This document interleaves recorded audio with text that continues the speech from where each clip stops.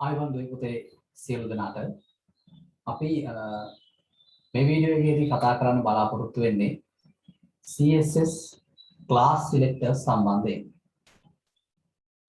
විශේෂයෙන්ම CSS පාඩමේ මූලික කොටස් ටික මම හිතනවා මේ වෙනකොට ඔයාලා සම්පූර්ණයෙන්ම සාකච්ඡා කරගෙන ඒ වගේම YouTube channel එකේ තියෙන CSS පිළිබඳව අපි කරපු recap video එකක් බලලා ඔය recap video එකේ තියෙන දේවල් නැවත හොඳට මෙනෙහි කරගෙන CSS පාඩමේ අලුත්ම කොටස වෙච්ච CSS selectors නෙමෙයි මේක වෙන්න ඕන CSS class selectors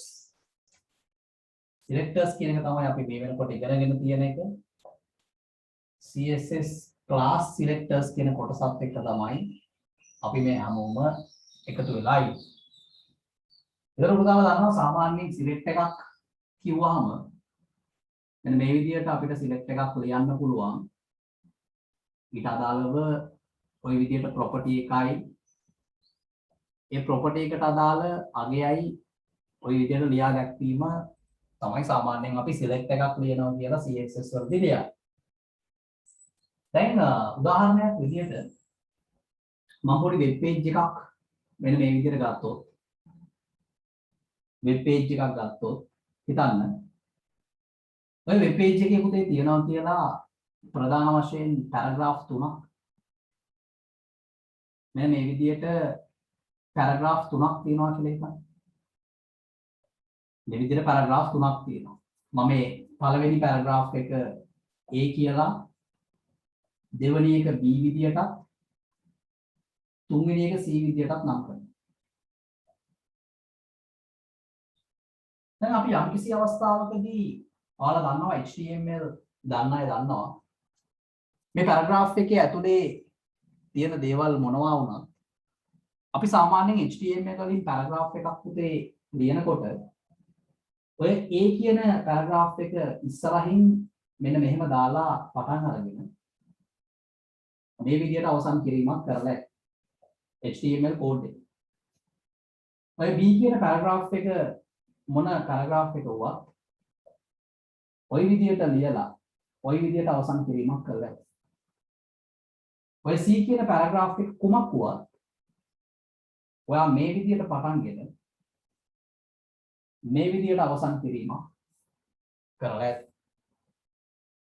ඒ කියන්නේ මම සරලව කියන්නේ පැරග්‍රාෆ් මේ වෙබ් පිටුවේ 10ක් තිබ්බොතින් අනිවාර්යෙන් පැරග්‍රාෆ් ටැග් 10ක් ඔය HTML පිටුවේ මේ පැරග්‍රාෆ් 10 වෙබ් පිටුවේ නිර්මාණය සඳහා මේ තියෙන වෙබ් පේජ් එක භාවිතා කරලා යනවා. දැන් අපි කලින් සැරේ අපි selectors ලියපු විදිය බැලුවාම අපි සාමාන්‍ය selectors ලියනකොට අපි කිව්ව පුතේ දැන් ඒක internal CSS වෙන්න පුළුවන් external CSS වෙන්න පුළුවන් එමත් නැත්නම් inline එක නම් එච්චරම සලකන්න අවශ්‍ය නැහැ. අපිට මේ පැරග්‍රාෆ් එකට මොනවා හරි වෙනසක් කරන්න ඕන නම් පුතේ අපිට ලියන්න සිද්ධ වුණා මෙන්න මේ විදිහට. පැරග්‍රාෆ් එකේ තියෙන අකුරු ටික මට රතු පාට කරලා දෙන්න. දැන් පැරග්‍රාෆ් එක කියන එක ගත්තාම මේ HTML tag එක තමයි මෙතන මම කිව්ව select එක විදිහට පාවිච්චි කරන්නේ. එතකොට දැන් මෙතන මේ පාවිච්චි කරලා තියෙන HTML paragraph tag එක නම් දැන් ABC කියලා මේ දීලා තියෙන paragraph ඔක්කොටම අකුරු ටික රතු පාටින් තමයි පෙන්වන්න කිරීමක් මේ වෙබ් පිටුවේ වෙන්නේ. මේ කියන විදිහට මොකද හේතුව මෙතන අපි දන්නවා මේ selectors වලදී අපි කියන්නේ paragraph නම් මේ දාලා තියෙන select එක paragraph කියන්නේ paragraph ඔක්කොම අකුරු ටික රතු පාටින් දෙන්නගෙන විධානය තමයි මේ දීලා. එතකොට ඔය කියන තීරණයක අනුව මෙන්න මේ මෙතන ලියලා තියෙන දේවල් ටික ගත්තාම මේ පැරග්‍රාෆ් එක මේ පැරග්‍රාෆ් එක මේ පැරග්‍රාෆ් එකක් තියෙන මේ පැරග්‍රාෆ් තුනේම අකුරු එහෙමත් නැත්නම් ෆොන්ට් කලර් එක රතු පාටින් තමයි සාමාන්‍යයෙන් දැర్శණය වෙන්න ඕන. දැන් මේ කියන තියරි එක අනුව. නමුත් පුතාලා දන්නවා සාමාන්‍යයෙන් වෙබ් අඩවියක් නිර්මාණය කරනකොට අපි සාමාන්‍යයෙන් විවිධ උපක්‍රම භාවිතා කරනවා අලංකාරව අපේ වෙබ් අඩවිය නිර්මාණය කිරීම සඳහා. එතකොට අපිට සමහර වෙලාවට අවශ්‍ය වෙන්න පුළුවන් මේ A කියන එකාව අකුරු ටික ඔන්න විදියට නිල් පාටින්, B කියන එකාගේ අකුරු ටික රතු පාටින්, C කියන එකාගේ අකුරු ටික දුඹුරු පාටින් වගේ දාගන්න යම්කිසි ආකාරයක අවශ්‍යතාවයක් වෙන වෙලාවල් එන්න පුළුවන්. මොකද එහෙම සාමාන්‍ය වෙබ්සයිට් එකක් ගත්තාම ගොඩක් හොඳ කලර්ෆුල් දේවල් අපි පාවිච්චි කරා. අපිට සමහර වෙලාවට මේ වෙබ්සයිට් එකේ තියෙන දේවල් ටිකක් වැඩිපුර පෙන්නලා දෙන්න. සමහර වෙලාවට ওই වෙබ්සයිට් එකේ තියෙන දේවල් මොනවා හරි දෙයක් හොඳට වෙන් කරලා පෙන්නන්න අපිට එකම වෙබ් පේජ් එකේ වුණාට ඒ එක එක පැරග්‍රාෆ් වල අපිට වෙනත් කලර්ස් පාවිච්චි කරන්න වෙන වෙලාවල් එන්න පුළුවන්.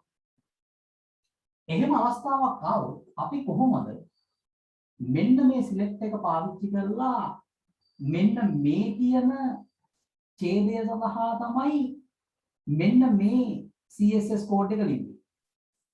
මෙන්න මේ කියන ඡේදය සඳහා තමයි මේ CSS කෝඩ් එක ලිව්වේ කියලා අඳුරගන්න විදියක් නැහැ. මොකද හේතුව ඔය මොන ඡේදය ලියන්නත් පාවිච්චි කරන්නේ මෙන්න මේ P කියන කොමන්ඩ් ටැග් එක නිසා. ඉතින් ඔන්න ඕකට තමයි අපිට අවශ්‍ය වෙන්නේ CSS class selectors කියන එක. මොකද අපි class එකක් define කරලා අපිට හැකියාවක් තියෙනවා මෙන්න මේ paragraph එක කියලා කියන්නේ මෙන්න මේ class එක.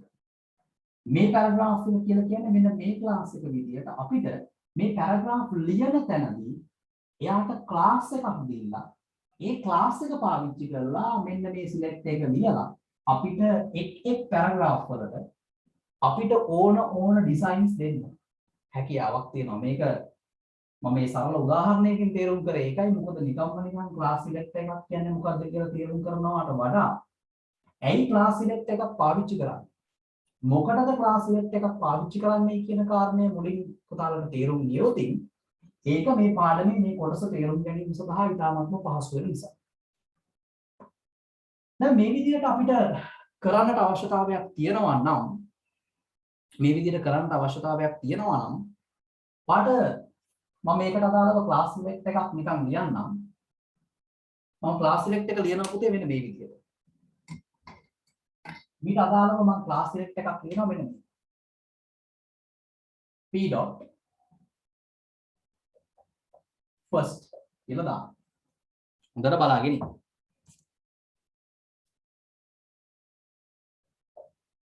color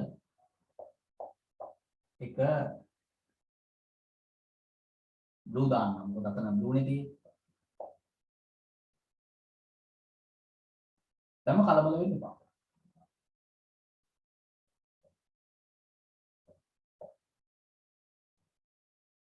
මේ විදිහට අපිට හරි සරලව class select එක ලියන්න පුළුවන්. dot එකක් තිබ්බා. මම මේකට දෙන්නම් third කියලා. brown. ඔය විදිහට දැම්මාම මේක තමයි අපේ select එක. මෙන්න මේ තිතට අපි සාමාන්‍යයෙන් කියන්නේ CSS වලදී අපි මේ තිතට කියන විශේෂ නමක්. මේකට අපි කියනවා period එකක්. මෙන්න මේක තමයි පුතේ අපි දාන class එක. දැන් class එක ඔක දැම්ම කියලා ඔක කොහොමද මේවා වෙනම නිරූපණය කිරීම සඳහා පාවිච්චි වෙන්නේ. ඒක තමයි වැඩේ. ඒක අපි කරන්නේ HTML කෝඩ් එක පාවිච්චි කරලා.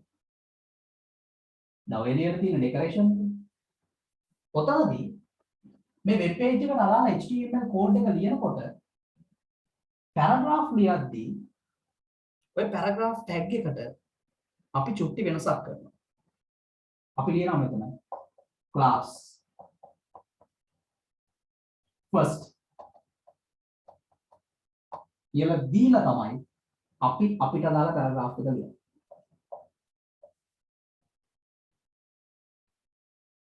අපි ඊළඟ එක ලියනවා නම් p class second. මම හිතනවා වැඩේ අල්ලගෙන නැති කියලා මොකද්ද මේ වෙන්නේ?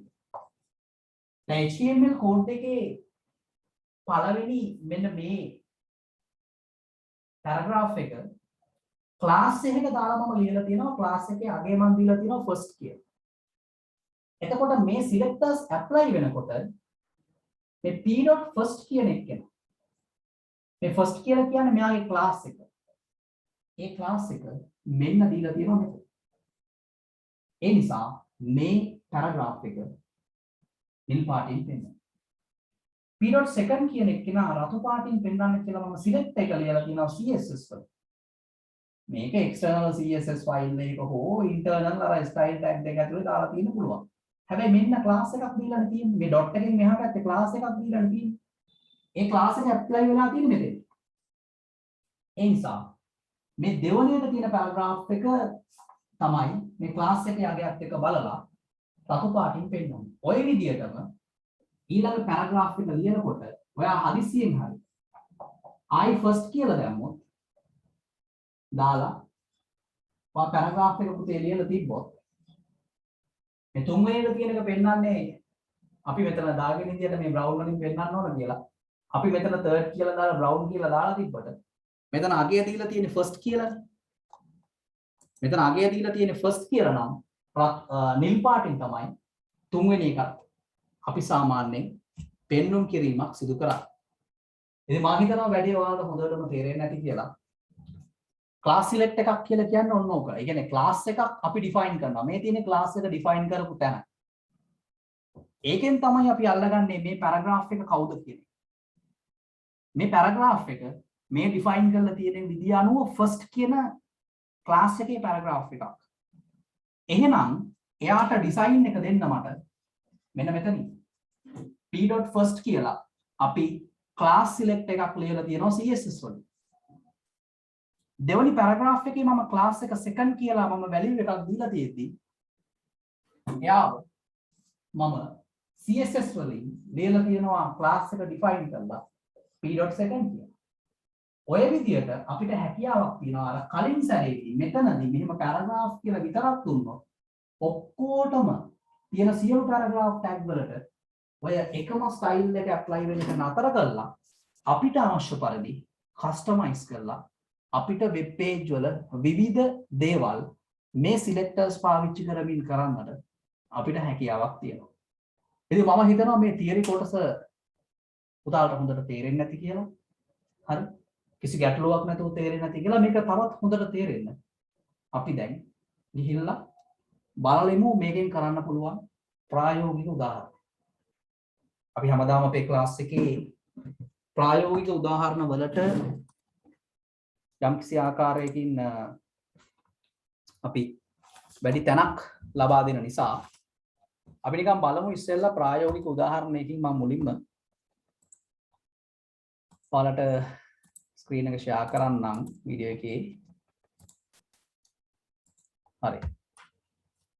තව දන්නවා අපි සාමාන්‍යයෙන් ක්ලාස් එකේදී හැම සැරේම ප්‍රැක්ටිකල් එකක් අපි කරනවා. ඉතින් ඒ නිසා මේ ක්ලාස් සිලෙක්ටර් කියන කොටසටත් පොඩි ප්‍රැක්ටිකල් එකක් අපි කරලා බලමු.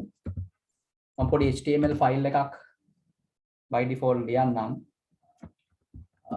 එතන අපි ටයිටල් එකක් දාගමු.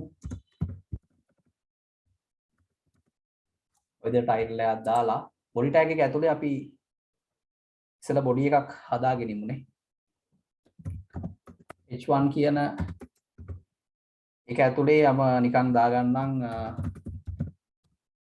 this is a heading. ඔය heading එකක් දාගත්තේ. ඊට පස්සේ ගත්තාම මම paragraph එකකුත් නිකන් දාගන්නම් අපි paragraph එක විදියට දාගමු this is a demo paragraph වගේ එකක්. මම මේකම paragraph එකක් විදියට පෙන්වන්න ඕන නිසා හරි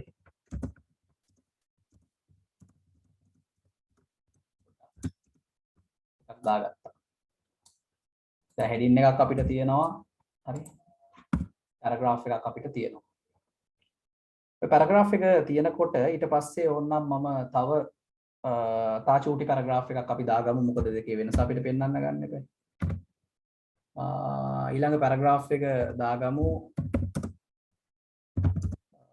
මේ වගේ එකක්.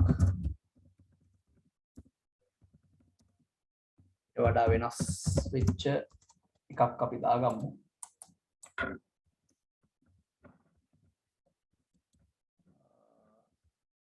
බලමු.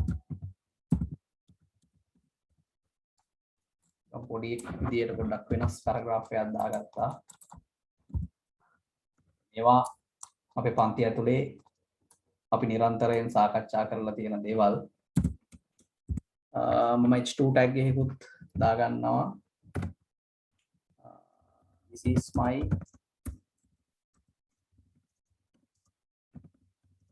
subtopic වගේ.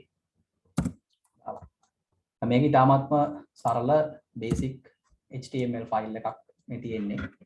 මේක සේව් කරලා සාමාන්‍ය පරිදි අපිට රන් කරගන්න පුළුවන්. උදාහරණ පේනවා.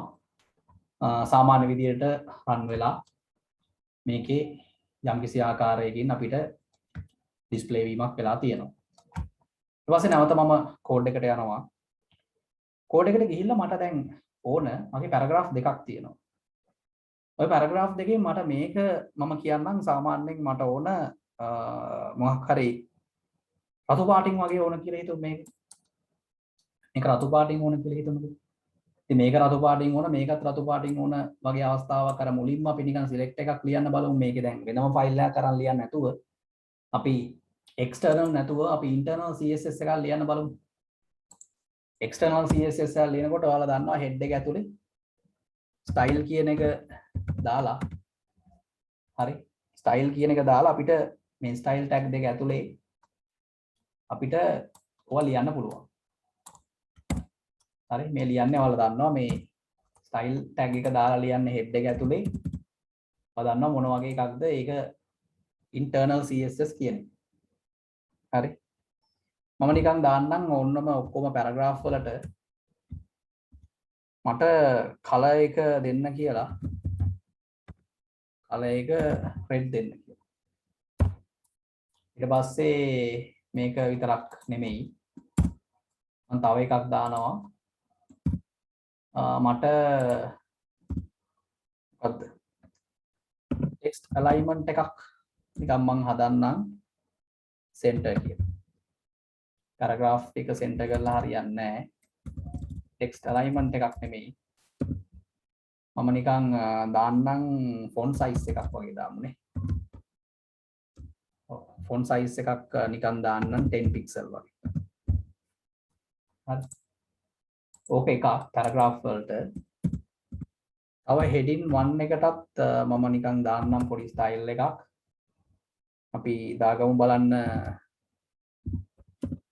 font style එකක් නිකන් දාමු heading 1 එකට විතරක්. italic වගේ. හරි heading 1 එකට. heading 1 එකට italic එකෙන් දාලා තියෙනවා. අපිට ඕන නම් කලර් එකක් උනත් දාගන්න පුළුවන්. අවුලක් නැහැ දැනට මේ විදිහට තියෙනවා. පැරග්‍රාෆ්ම දෙකක් තියෙනවා. පැරග්‍රාෆ් දෙකක් තියෙනවා. පැරග්‍රාෆ් පළවෙනි පැරග්‍රාෆ් එක මේක, දෙවෙනි පැරග්‍රාෆ් එක මේක. දැන් අපි ස්ටයිල්ස් ටික ඇඩ් කරලා තියෙනවා. ඔයාලට පේනවා පළවෙනි පැරග්‍රාෆ්, ඒ කියන්නේ පැරග්‍රාෆ් ඔක්කොම මේ කියන විදිහට රතු වෙන්න ඕන. ඒ වගේම h1 කියන tag එක මෙන්න මේ this is a heading කියන එක එන්න ඕන පුතේ italic විදියට. අපි මේ කරපු changes ටික අපි බලමු CSS ටික apply කළා. හරි. ඒක apply වීමක් වෙලා තියෙනවා. ඒකට හැබැයි paragraph වල නේද 10 pixel කියන්නේ ඉතාමත් අඩු font size එකක්. අපි මේක 20 pixel වලට චුට්ටක් වැඩි කරලා බලමු නැත්නම් screen එකේ පේන්නේ නැති වෙන්න පුළුවන්. දැන් නම් සාමාන්‍යයෙන් පේනවා. ඒ වගේම ඔයාලට පේනවා අර h1 වලට මම දාපු style එක. අර අපි දාපු italic style එක ඇඩ් වෙලා තියෙනවා. මේකට මම මොකුත් වෙනසක් කරේ නැහැ. ඒ නිසා මේක සාමාන්‍ය regular font එකකින් ඇවිල්ලා තියෙනවා. දැන් අපිට ඕන මොකද්ද? දැන් අපි ඔය class select එකක් දාන්නේ මේ දැන් මේ paragraph කියන මේ තියෙන selector එක මෙහෙම අරගෙන දැම්මොත් තමයි ඔය ලෙඩේ තියෙන්නේ ප්‍රශ්නේ තියෙන්නේ. මොකද අපිට වෙන් කරගන්න බෑනේ මොන paragraph එකද කියලා. ඒ නිසා ඊට කලින් මම මෙන්න මේ HTML එකට ඉතින් පොඩ්ඩක් class එකක් ලියන try එකක් දෙනවා. class එකක් මම ලියනවා. ක්ලාස් එකක් අපි ලියමු. මම දෙන්නම් මේ ක්ලාස් එකේ නම පළවෙනි එක කියලා දෙමුනේ. ගත්තේම. කොහොම හරි සරලව දෙන්න තියෙන්නේ. මුට ලියන්නම් ක්ලාස් එකක්. එයාලා වෙන වෙනම අඳුන ගන්න නෙවෙයි ක්ලාස් දෙන්නේ. මූස් එක. හරි. මූ අපි සෙකන්ඩ් විදියට පාවිච්චි කරලා තියෙන්නේ. හරි. එතකොට ක්ලාස් දෙකක් ලියලා තියෙනවා. මට ඕන නම් H1 එකටත් ඕන නම් ක්ලාස් එකක් ලියන්න පුළුවන්. ක්ලාස් එක මම මෙයාගේ දෙන්නම් වැලියු එක නිකන් ටොපික් වගේ එකක්. හරි. දැන් ක්ලාස් 3ක් ලියලා තියෙනවා. දැන් ඔය ක්ලාස් 3 මට පාවිච්චි කරන්න පුළුවන් මෙතන. මම ඕනනම් දෙනවා p dot first එකට විතරක්. p dot first එකට. හරි මේක ඕනනම් මෙතන කොපි කරලා දාමු. දැන් ඕන කලර් දැන් first එකට විතරක් තමයි මම මේ ටික දීලා දෙන්නේ. හැබැයි second එකට මම මොකුත් දීලා නැහැ. අපි දැනට බලමු දැන් අපි ඔය දාපු විදියත් එක්ක මොනවා හරි වෙනසක් වෙනවද කියලා නිකන් මේ තියෙන රිෆ්‍රෙෂ් කරන්න කලින්. ඔන්න මම රිෆ්‍රෙෂ් කරා. රිෆ්‍රෙෂ් කරාට පස්සේ ඔයාලට පේනවා මම කෝඩ් එකක් ඕන නම් මෙතන චුට්ටක් අපි මිනිමයිස් කරගමු. පිටත කොට දෙක එකට බලන්න පුළුවන් කියලා මට අදහසක් එනවා. මම මෙතන පළවෙනි පැරග්‍රාෆ් එක කියලා කියන්නේ මෙන්න මේ පළවෙනියට තියෙන එක. මෙන්න මේකට විතරයි දීලා තියෙන රතු කරන්න කියලා. දැන් කලින් සැරේ ඔක්කොම රතු වුණානේ. හැබැයි මේ වෙලාවේ ඔයාලට පේනවා දැන් අපි දීලා තියෙන්නේ මේ පළවෙනි එක විතරක් රතු කරන්න. මොකද මම දීලා තියෙන්නේ ක්ලාස් එකක් ඩිෆයින් කරලා. ක්ලාස් සිලෙක්ට් එකක් පාවිච්චි කරලා තියෙනවා. ෆොන්ට් සයිස් එක 20 තියෙනවා. හරි. ෆොන්ට් සයිස් එක 20 තියෙන්නේ. මේ දෙක අතරෙත් ඔයාලට වෙනසක් පේනවා. ඔය වෙනස තාචුට්ටක් පේන්න ඕන නම් මෙයා විතරක් අපි 30 කරලා බලමු. මේක රන් කරමු. හොඳටම පේනවද දැන්? ඉස්සෙල්ලා නම් පැරග්‍රාෆ් දෙකටම එක විදියට ඇප්ලයි වුණා. දැන් හැබැයි එහෙම ඇප්ලයි වෙන්නේ නැහැ. H1 ගෙත් අපි චූටි ඕන නම් තව වෙනසක් කරලා බලමු. අපි කලර් එකක් දාලා බලමු. කලර් එකක් දාලා බලමු බ්‍රවුන් බලමු සමහරවිට බ්‍රවුන් සපෝට් කරන්න ඉඩ තියෙනවා. බ්‍රවුන් සපෝට් කරනවා. නේද? හරි. ඒක දීලා තියෙනවා. දැන් එතකොට අපි ඕනනම් තව මේකට H1 ටැග් එකක් දාමු. තව හෙඩින් එකක් දාමුකෝ H1 කියලා. එතකොට බලන්න පුළුවන් ඕකේ තියෙන වෙනස මොකද්ද කියන එක. H1 අපිට කීපයක් දාන්න පුළුවන්. This is my second main heading කියලා මම දානවා.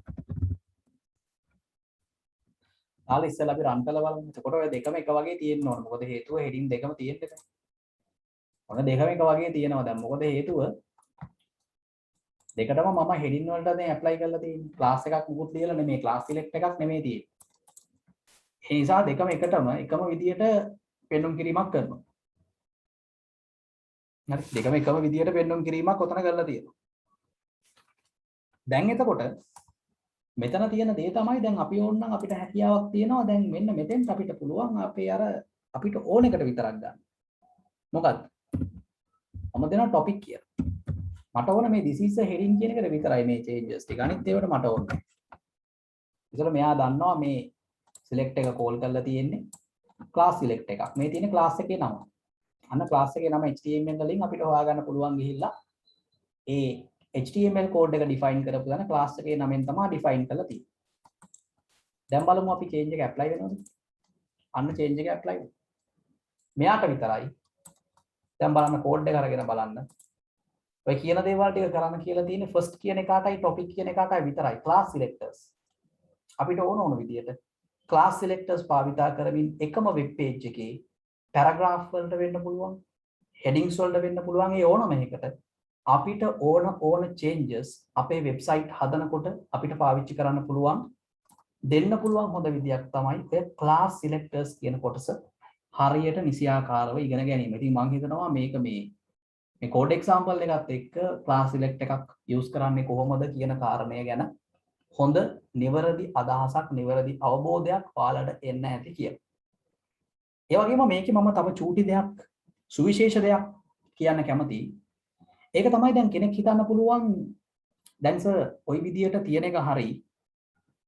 දැන් එතකොට අපිට මේ දැන් සිලෙක්ටර්ස් කීපයකට දැන් අපි සාමාන්‍යයෙන් සිලෙක්ටර්ස් ලියද්දිත් අපි අර සිලෙක්ටර්ස් කීපයකට එකපාරට කෝඩ් බ්ලොක් එකක් ලියන්න විදියක් තියෙනවනේ. දැන් උදාහරණයක් විදියට ගත්තොත් මට මගේ එකේ තියෙන ඔක්කොම දේවල් ටික පැරග්‍රාෆ් වෙන්න පුළුවන්, හෙඩින්ග්ස් වෙන්න පුළුවන්, මේව වෙන්න පුළුවන්. ඔය ඔක්කොටම එකපාර සිලෙක්ට් එකක් ලියන්න පුළුවන් විදියක් තියෙනවා.